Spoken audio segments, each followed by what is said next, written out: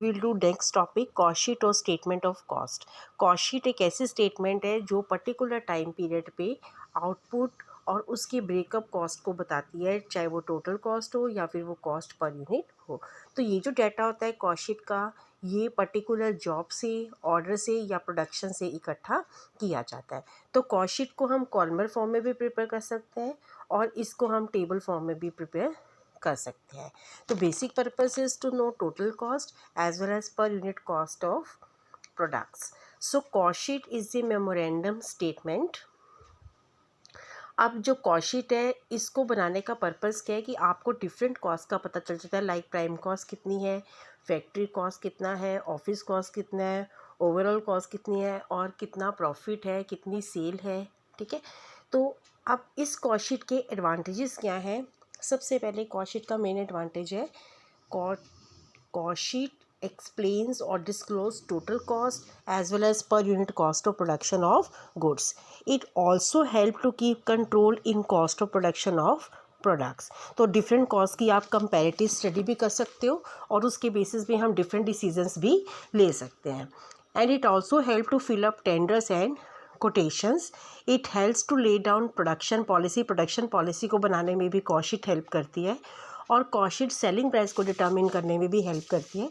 अगर आपको total cost और प्रॉफिट मार्जिन पता है then you will calculate the selling price. It also help to minimize cost of production को minimize करने में भी कॉस्ट शीट हमारी हेल्प करती है। अब बेटा आगे आपके पास देखो स्पेसिमन दिया गया है कॉस्ट शीट का। तो स्पेसिमन के अकॉर्डिंग हम कैसे कैलकुलेशन करेंगे कॉस्ट की। सबसे पहले opening stock of raw material, जिसमें हम purchases of raw material, carriage inward जो रॉ मटेरियल से रिलेटेड है उसको ऐड करेंगे। अदर एक्सपेंसेस जो कि पोर्ट ड्यूटी से या इंश्योरेंस से रिलेटेड होंगे जो कि आपको रॉ मटेरियल परचेज करने में लगे वो ऐड हो जाएंगे और इसमें से जो closing stock of raw material है वो डिडक्ट हो जाएगा। तो जो आपके पास आएगी वैल्यू वो आएगी कॉस्ट ऑफ मटेरियल कंज्यूम। इसमें फिर आप डायरेक्ट लेबर, डायरेक्ट एक्सपेंसेस को ऐड करोगे, you will get prime cost. Then you will add factory overheads to it. ठीक है, फैक्ट्री ओवरहेड्स को जब आप इसमें ऐड करेंगे उसके बाद ये आ जाएगी आपके पास फैक्ट्री कॉस्ट। फिर इसमें ऐड करना है आपने opening work in progress. Then you will deduct closing stock of work in progress. जो क्लोजिंग स्टॉक है वर्क इन प्रोग्रेस का वो लेस हो जाएगा।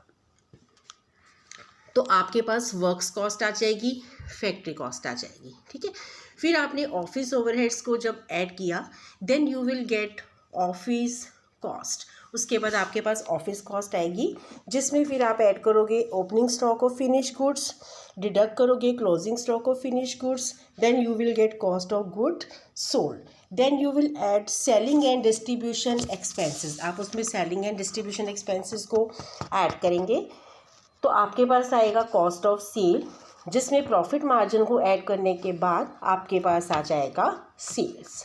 ठीक है, तो ये कॉस्ट शीट का फॉर्मेट है और ये सीक्वेंस में चलेगा सिस्टमेटिकली, तो आपने इसको अच्छे से लर्न करना है। अब कुछ आइटम्स ऐसी हैं जिसको हम कॉस्ट शीट में और कॉस्ट अकाउंट्स में एक्सक्लूड करते हैं, यानी कि कॉस्ट अकाउंट्स में उनको नहीं दिखाया जाता। लाइक कई एक्सपेंसेस होते हैं, कई आइटम्स होते हैं जो कि फाइनेंशियल नेचर की होती हैं।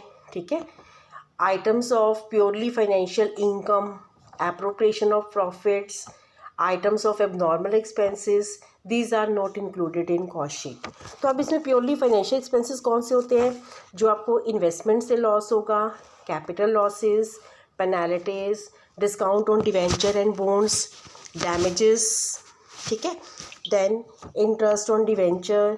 और प्योरली फाइनेंशियल इनकम्स होती हैं वो कौन सी होती हैं, dividend received, rent received, interest on investment, brokerage, capital profits, transfer fees receive etcetera.